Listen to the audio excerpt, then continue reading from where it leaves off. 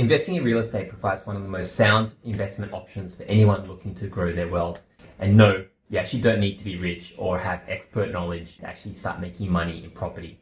And in this video, I'm going to show you a few of those ways that you can actually do this. What's up guys? My name is Brandon and I invest in real estate to help diversify my own investment portfolio.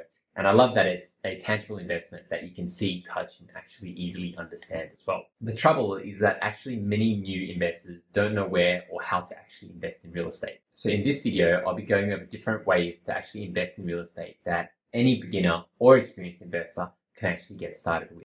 So as with any investment, obviously, there's no guarantee of any returns, but property in its most basic form is a basic human necessity that provides shelter. So no matter how our world changes from innovation and technology, I'm personally pretty confident that we'll still need a place to call home for generations to come. So the first one is direct property investment. This is the most traditional way you invest in property and gives you two main ways to actually make a return. The first one is the rent that you actually get by leasing out the property to tenants.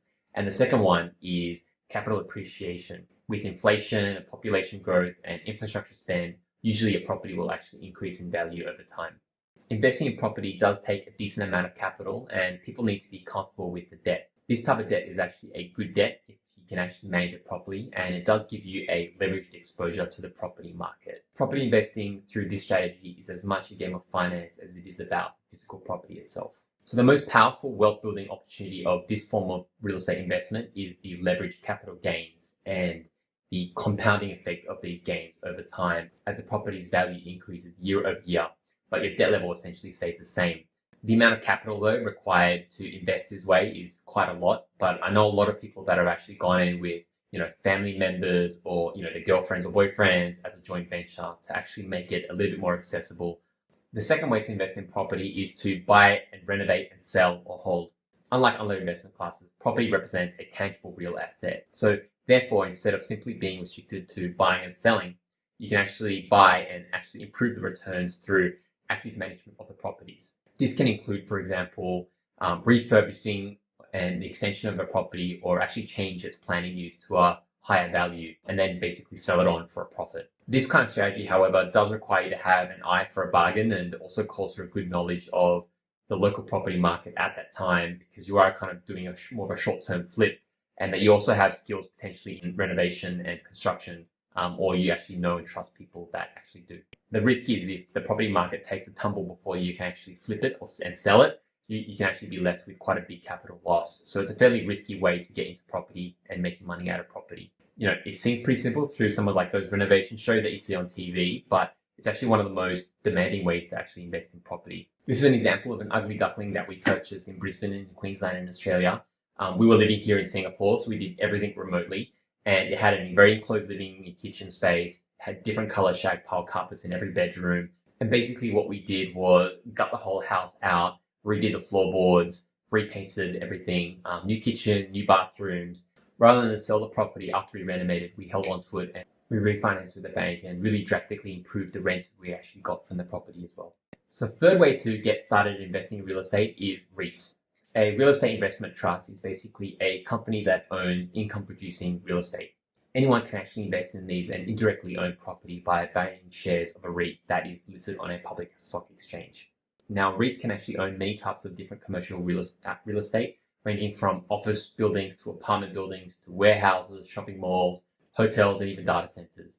REITs are a great alternative to owning real estate with a much lower investment amount. As little as kind of a couple $100 can get you in, as opposed to direct property investment, which puts all your eggs into one basket and one property.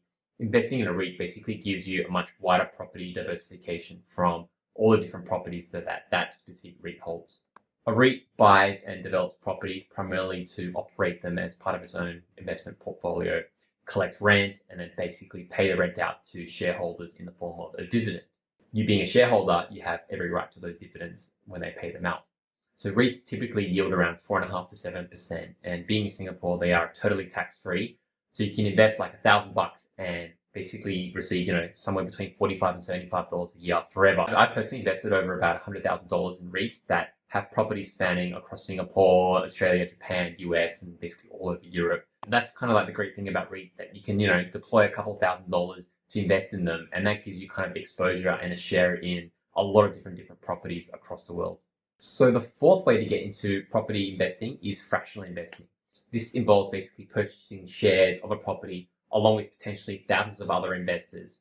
It's a relatively new way to invest in real estate and pretty much breaks down the large sum of a direct property investment into kind of small bite-sized pieces so that more people can actually get into owning direct property by basically banding together with other investors to actually buy something.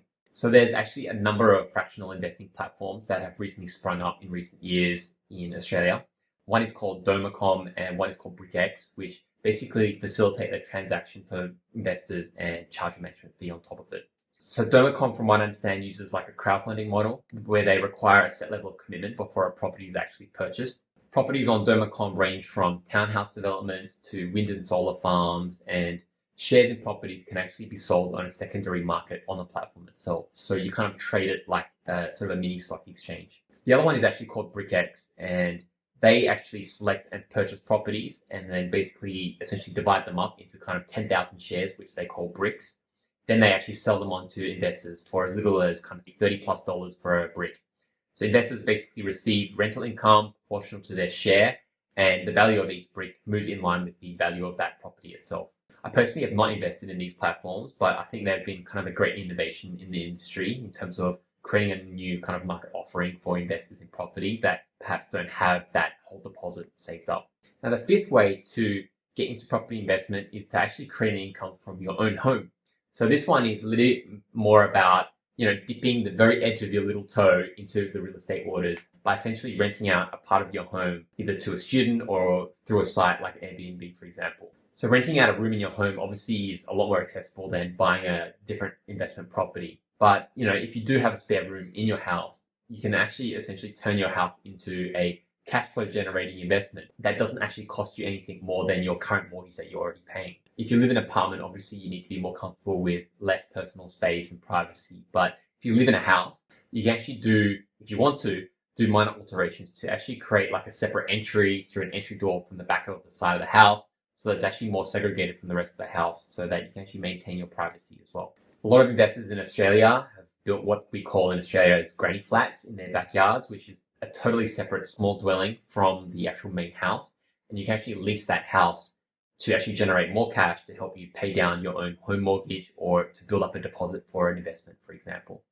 You do need to apply for council approval sometimes, and you actually need to obviously fund the construction of these. But if you own the land already, the yield on these investments are actually pretty good, and they actually give you a bit more flexibility in the future. If let's just say your kids grow up into teenagers and they want their own space, they can move in. Or if your spouse kicks you out of the house, you can kind of just go to the backyard and stay there as well. So like all investment decisions, the best real estate investments are the ones that really best support and complement you, the investor, and actually how you want to actually build your own wealth.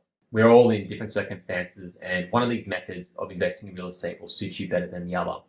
Any one of them at least will actually get you going and start giving you kind of the exposure of learning about the potential of real estate and all that it can actually bring in terms of generational wealth. So you got to think about how much time you have, how much capital you're willing to invest, and what's your appetite for risk, and actually invest accordingly if you want to invest in real estate after doing your own research and also getting some professional advice. That's it for this video. I hope you guys enjoyed it. As you can tell, I have a real passion for property and I have implemented a lot of these strategies myself, and I just wanted to talk about it.